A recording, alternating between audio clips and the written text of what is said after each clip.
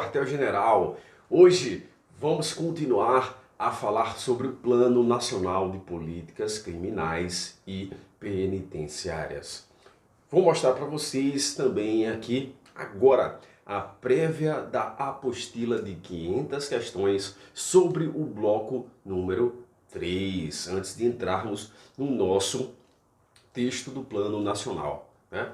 Por problemas pessoais eu não consegui gravar aí nesses dias, mas de hoje em diante vamos continuar, vamos finalizar nesta semana, sem dúvida, o quê? O nosso bloco 3. Faltam duas leis, dois atos normativos.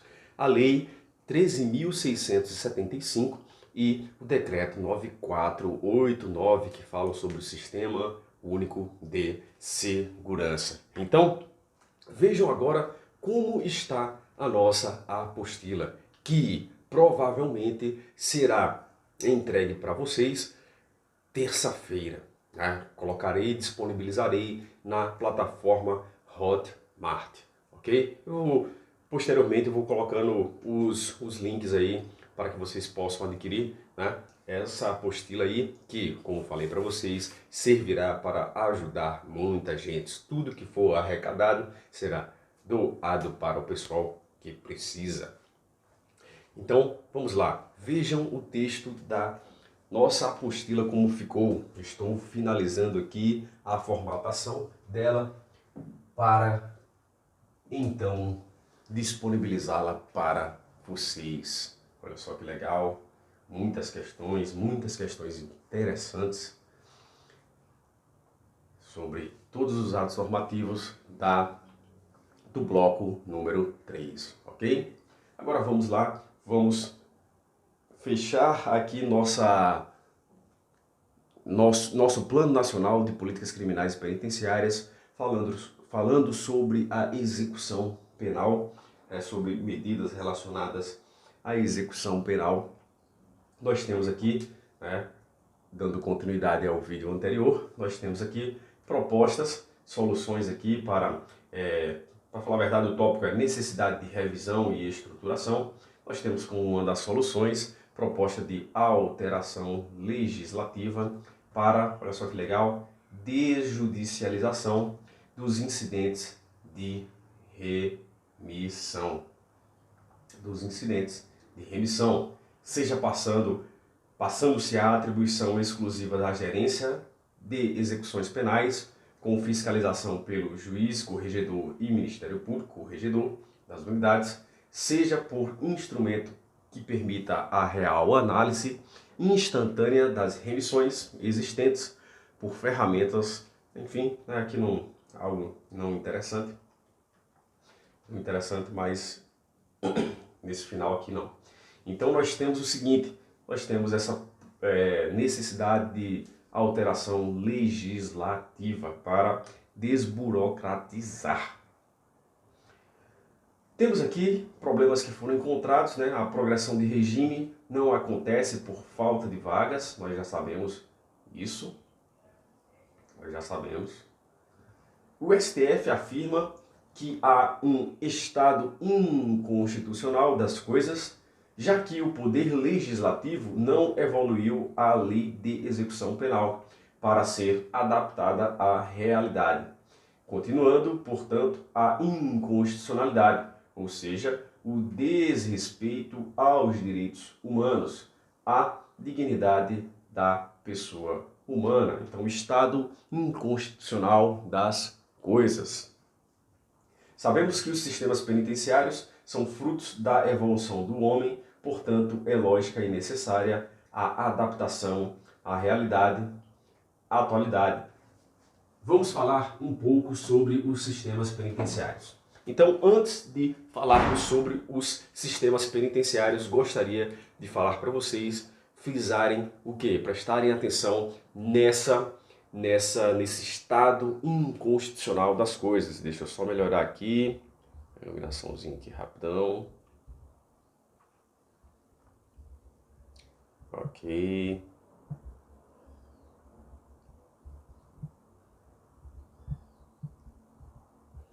Ok.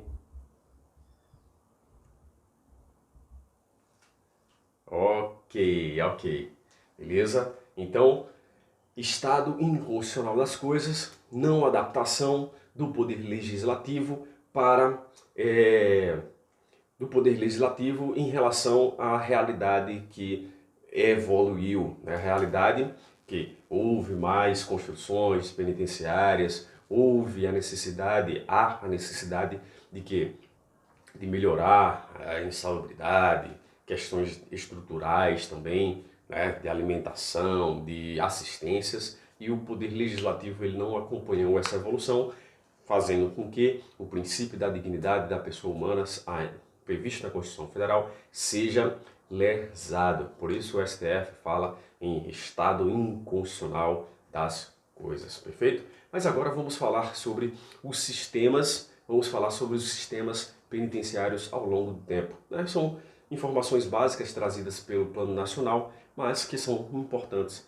Vamos lá. Nós temos o seguinte, ó, sistemas filadélfico, pensilvânico, celular, alburniano, progressivo inglês, progressivo irlandês. Filadélfico, temos aqui, né, palavras-chave, sofreu influências religiosas, né, o isolamento celular, dentro da célula, para meditação, arrependimento. Não recebimento de visitas, ok? E comunicação somente com o capelão, perfeito? Responsável pela prestação religiosa no estabelecimento. Alburniano, trabalho em comum durante o dia e isolamento noturno em células individuais. Trabalho comum durante o dia, isolamento noturno em células individuais. Sistema progressivo inglês e sistema progressivo irlandês, né? Deveria ter corrigido isso aqui, que são informações comuns a ambos os sistemas. Nós temos aqui, ó, o trabalho melhora o tratamento penal, possibilidade de redução da pena, ou seja, há um prêmio ao condenado, em virtude do mérito. Apesar de termos a possibilidade de progressão, né, dados do CNJ e do Infopem indicam, por exemplo, passados mais de 35 anos da Lei de Execução Penal, a existência de 95 estabelecimentos para o regime semiaberto e 23 para o regime aberto. Então é interessante aqui ele falar sobre esse dado aqui, porque nós temos aqui na federação, né, 27, olha só. Então nós temos aqui uma redução, ou melhor, um número inferior à quantidade de estados aqui da nossa nação. Há uma proposição do autor do plano. De início, propõe-se o fim do regime semiaberto, né? Então há essa proposição aqui dentro do plano, fim do regime semiaberto como etapa do sistema progressivo. Então, em princípio, os regimes seriam apenas dois, aberto e fechado. Então é interessante a gente frisar isso aqui, né? Pode ser uma questão de prova, né? A proposição no Plano Nacional sobre a redução dos regimes, né, em relação ao sistema progressivo, sim, né, seria tirado o regime semiaberto e ficaríamos somente com o regime aberto e com o regime fechado. Beleza? Tranquilo? Vamos embora. O regime aberto é a ser executado preferencialmente sob monitoramento eletrônico, com condições obrigatórias e facultativas a serem definidas pelo juiz da execução, em razão da natureza do delito e das demais condições do artigo 59 do Código Penal. Já que existem poucas casas de albergado, temos o seguinte, embora tecnicamente o regime aberto constitua uma modalidade do regime prisional, a falta de casas de albergado tem tornado inócua e ineficiente esta medida, porquanto, não raro, em face da proibição de regimes mais gravosos, a pena é convertida em obrigação de comparecimentos periódicos. Beleza? Vocês sabem, né? Deve saber que a casa de albergado ela serve lá para o cumprimento do regime aberto. Beleza? Então, se não tem casa do albergado, não tem como cumprir o regime aberto. Portanto, na realidade, né? Nós temos aqui essa substituição da pena sendo convertida, né, o termo correto, conversão, em obrigação de comparecimentos periódicos. Então a ideia proposta, a implantação do sistema de monitoramento, é muito falado aqui sobre nós em todo o plano, para a fiscalização do regime aberto, traduz-se em medida coercitiva, efetiva e com redução de custos operacionais, ou seja, eficiência e economicidade. Eficiência e economicidade. Ideias propostas, sendo técnica e socialmente recomendável a separação dos presos, inclusive pela gravidade dos crimes cometidos, o regime fechado contemplaria os seguintes estabelecimentos para o cumprimento da pena. Estabelecimentos de segurança máxima, de segurança média e de segurança mínima, com a possibilidade de transferência entre estes, muito importante.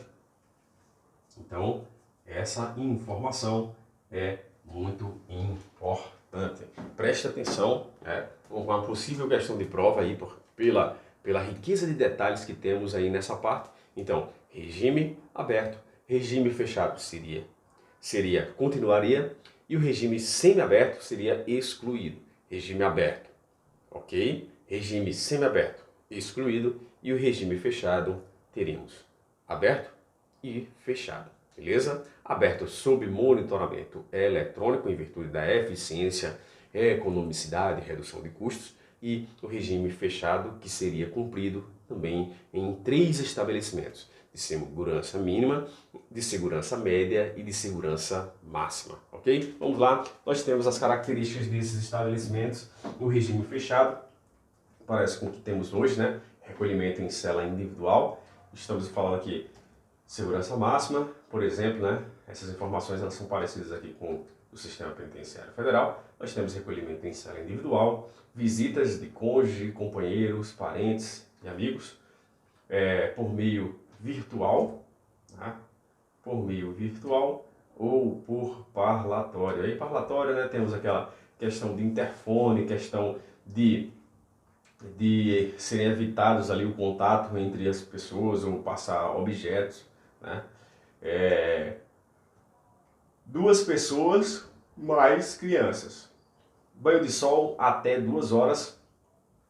Monitoramento dos meios de comunicação, inclusive escrita.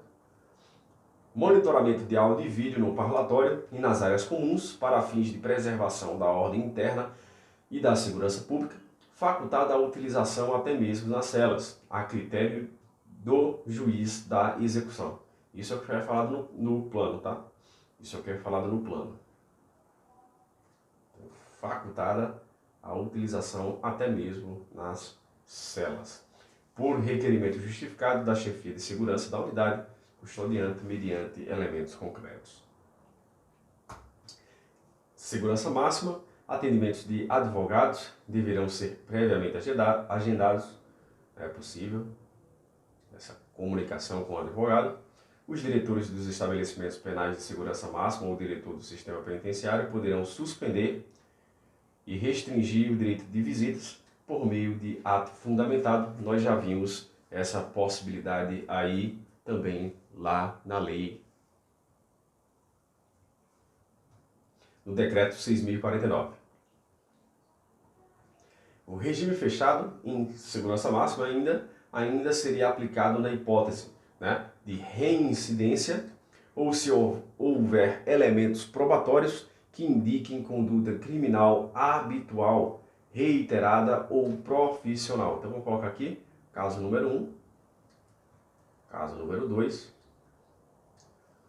O regime inicial da pena será o fechado, exceto se insignificantes as infrações penais pretéritas ou de reduzido potencial ofensivo, ok? Então temos essa exceção aqui. Insignificantes as infrações penais pretéritas ou de reduzido potencial ofensivo. No caso de condenados pelos crimes previstos nos artigos 312, 317, né, que acredito que é peculato, né, no caput e no parágrafo 1º, olhem lá depois essas informações lá no Código Penal. E do artigo 317, se não me falha a memória, corrupção passiva, aí caput e parágrafo 1º, e o artigo 333, agora eu não lembro qual é, para falar a verdade, o regime inicial da pena será o fechado, salvo se de pequeno valor a coisa apropriada ou a vantagem indevida ou se as circunstâncias previstas no artigo 59 lhe forem todas favoráveis. Na hipótese de condenação pelo crime no artigo 157,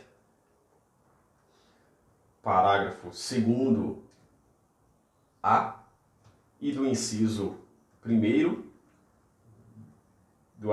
do parágrafo 3º do 157, o regime inicial da pena será o fechado, exceto se as circunstâncias previstas no artigo 59, previsto no artigo 59, assim recomendarem. Então preste atenção, né? Escrevam aí depois, né? Eu esqueci de colocar aqui os crimes, né? Quais são os crimes aqui? Aqui o plano faz referência, ok? O plano faz referência, então preencham aí posteriormente para vocês saberem que para esses crimes nós temos aqui então o regime fechado. Show? Vamos embora. Segurança média. Os estabelecimentos de segurança média seriam compostos pelos atuais estabelecimentos prisionais e destinados, por exemplo, aos condenados em regime fechado por crimes graves e violentos, cujo perfil não seja recomendado para inclusão em presídio de segurança máxima. Então essa informação é importante, né? Cujo perfil não seja recomendado a inclusão em presídio de segurança máxima. Crimes graves e violentos. Segurança mínima. Os estabelecimentos de segurança mínima seriam compostos pelos atuais estabelecimentos destinados ao regime semiaberto e destinados, por exemplo, aos condenados em regime fechado por crimes não violentos e ou cujo perfil não recomenda maior vigilância. Então nós temos aqui também bem parecido. Se for crimes violentos, podemos ter a situação de regime semiaberto e regime fechado. Semiaberto se não for recomendado o regime fechado. Se for recomendado, fechado. E crimes não violentos ou cujo perfil não recomende maior vigilância daquele preso, nós temos aqui, temos o regime fechado, sim, mas de segurança menor, segurança mínima, beleza? Lembre-se de todos esses textos estão falando sobre regime fechado, ok? Se houver a separação dos presos, segurança mínima, segurança média, segurança máxima, teríamos, interessante aí, ó, separação dos presos, né, em virtude da natureza e periculosidade, redução do recrutamento e da submissão. É interessante nós falarmos sobre isso porque redução do recrutamento e da submissão, sabemos que os presos quando estão misturados com os demais, eles por serem indefesos, vamos dizer assim, né? E aí temos vários presos aqui, acaba que esse preso, ele, sendo indefeso, ele é recrutado para essa organização criminosa aqui e a partir daí há uma submissão àqueles demais presos, perfeito? Então havendo essa separação de mínima, média e máxima para o fechado, nós temos aí essa redução do coloquei errado aqui a palavra, recrutamento e da submissão. Políticas específicas para cada unidade, ok. Esse novo modelo traria a imposição de novas regras. Na hipótese de reincidente ou se houver elementos probatórios que indicam conduta habitual, reiterada ou profissional, o regime inicial da pena será o fechado. Será o fechado em segurança, a gente viu lá, segurança máxima, né? Segurança máxima. Legal, tranquilo. Salvo se insignificantes as infrações pretéritas ou de reduzido potencial ofensivo. Nós vimos que, no caso de condenados pelos crimes dos artigos 312, parágrafo 1º, 317, caput, parágrafo 1º, 317, parágrafo caput e parágrafo 1º também, e artigo 333, o regime também será fechado. Nós vimos isso aqui anteriormente, ó, voltando aqui, ó, nós vimos isso aqui, ó, fechado também de segurança máxima.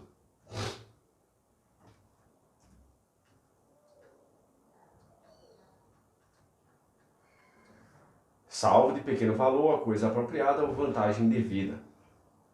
Na hipótese também aqui do crime do 157, parágrafo 2º-A e do inciso 1º do parágrafo 3º, também regime fechado de segurança máxima. Observem essas ressalvas aí previstas, ok? Perdão. As lideranças de organizações criminosas armadas ou que tenham armas à disposição deverão iniciar o cumprimento da pena em estabelecimentos máximos de segurança máxima. O condenado por integrar organização criminosa ou por crime praticado através de organização criminosa ou associação criminosa não poderá progredir de regime. Mas ele não poderá progredir, deixa eu colocar aqui, ó, não poderá progredir ou obter livramento condicional. Então temos aqui a progressão, e temos aqui o livramento condicional ou outros benefícios. Se houver, temos essa condicionante aqui, né? Se houver elementos probatórios que indiquem a manutenção do vínculo associativo. Muito legal, muito interessante, bastante elucidativo aí.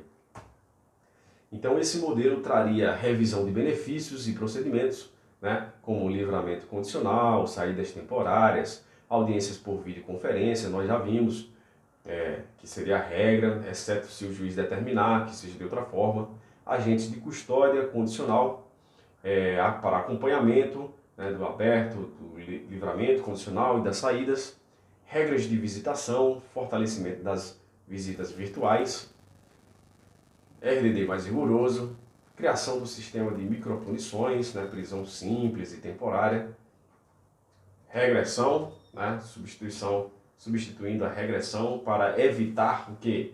Para não haver aglomeração nos estabelecimentos, criação de uma pasta específica para o sistema prisional, né? Sabemos que existem diversos estados da federação, diversas secretarias de sistema penitenciário, né? O sistema penitenciário sendo vinculado, para falar a verdade, à Secretaria de Segurança Pública, sabendo que a execução penal é diferente de segurança pública, né, na atuação, né, vamos dizer assim. Então, uma das propostas é termos essa pasta específica do sistema penitenciário, ok? Sendo desvinculada das secretarias de segurança pública.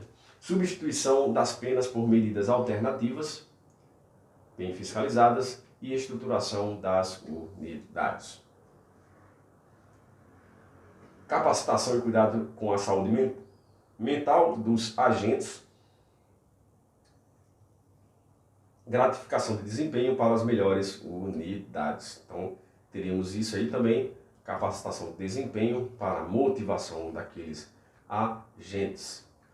Capacitação de desempenho não, gratificações de desempenho, ok? Interessante aí. Nós temos aqui, por último, né, para finalizarmos, nós temos aqui as medidas relacionadas aos egressos, né? Errei aqui, aos egressos, ou ressocialização, reintegração. Nós temos né, que para ter um sucesso deve ser obedecido esse tripé, que é o egresso sair e estar predisposto a não cometer crimes, o Estado através de políticas públicas e a sociedade contribuindo no progresso, no processo de reinserção. Medidas que favoreçam a recuperação de sua bússola moral, né? Travas morais, nós já falamos sobre elas, né? Nós temos aqui a família, nós temos aqui a escola, o trabalho e a religião, né? A bússola moral, que ela deve ser fortalecida, né? Sabemos que por não presença da família, por não possibilidade de estudo ou de trabalho, né? E essa questão religiosa também, elas fazem com que exista aqui um aumento dos crimes. Temos o egresso, ressocialização, nós temos aqui duas posições, a posição realista e a posição idealista, bem tranquilo. Ó. Posição realista, a prisão não é capaz de se constituir em espaço de ressocialização. Já a posição idealista, a prisão como espaço de prevenção especial positiva, a ressocialização. Né? Então, idealismo e realismo.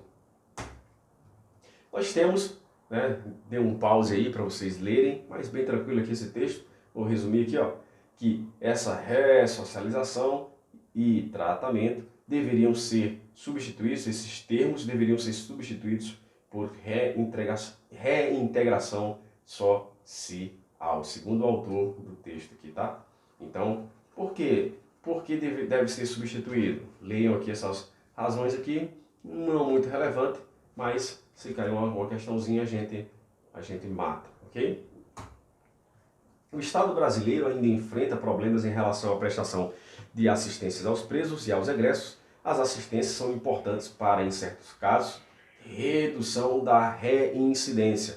O Levantamento Nacional de Informações Penitenciárias, realizados anualmente pelo DEPEN, não inclui informações sobre pessoas egressas do sistema prisional, e isto deve ser incluído. Incluído onde aqui, ó, nesse Levantamento Nacional de Informações Penitenciárias. Para quê? Para fortalecer aqui, ó, essa prestação de assistências a essas pessoas que estão saindo dos estabelecimentos prisionais, ok? Se as assistências aos presos não são prestadas e o ambiente prisional é o maior celeiro de recrutamento de novos membros das organizações criminosas, o egresso ao sair, né, nós temos aqui, dados demonstram que 15% trabalham e 12% estudam, né? Então há uma possível reincidência no mundo criminoso, porque como ele não aprendeu, como não foram propostas medidas para redução dessa assistências aos egressos, então ele ficou na mesma situação que ele estava antes, ou até pior, porque ele pode ter sido recrutado. Então, recrutado. Esse termo recrutado ele é utilizado aqui entre aspas, porque a princípio seria um termo utilizado para os militares, então a gente utiliza aqui de forma análoga para os crimes também, para os criminosos. Então, esse recrutamento faz com que exista essa possibilidade de reincidência. Incluir no Sistema Nacional de Informações Penitenciárias dados e informações sobre os egressos, beleza? Construir um pacto interinstitucional entre os poderes executivo e judiciário e definir programas e projetos de âmbito nacional com metas e recursos definidos, então programas e projetos. Fomentar por meio do DEPEN a criação de estruturas institucionais voltadas para o atendimento e orientação e assistência ao egresso. Realizar levantamento nacional sobre a existência de patronatos e conselhos da comunidade e incentivá-los a desenvolver ações voltadas para o atendimento do egresso. Criar observatório do egresso com o objetivo de monitoramento de ações voltadas para a reintegração social em cada órgão de execução penal. Formar parcerias com instituições públicas e privadas e organizações da sociedade civil para a oferta de trabalho e educação para egressos do sistema prisional, bem como para a implementação de patronatos na forma privada como previsto na lei de execução penal.